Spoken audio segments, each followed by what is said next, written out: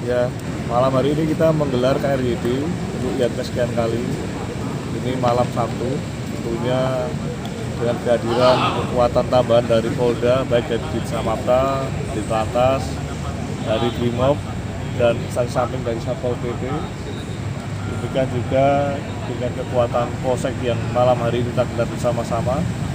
Kita menyamakan satu tujuan, di mana KRYD ini pada akhirnya intinya adalah penekanan terhadap tawuran yang ada maupun balap liar yang ada, dan kami prioritaskan khusus balap liar agar dilakukan kegiatan penindakan terhadap kendaraan roda 2 dan roda 4 yang menggunakan knalpotbrong.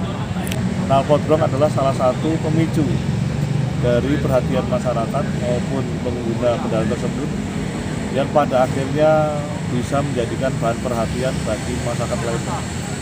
Oleh karena itu, dengan sasaran knalpotbrong yang ada di roda 2 dan roda 4, kita masifkan untuk dilakukan penilangan sehingga bisa menekan daripada kegiatan balap liar yang selama ini masih marak terjadi di Kota Palembang.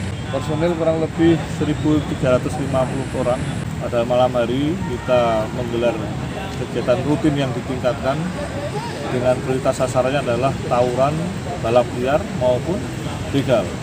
Dan tentunya dengan peningkatan patroli hingga skala besar pada titik maupun strong point yang ada, yang pada akhirnya bisa menekan tawuran, begal maupun balap liar.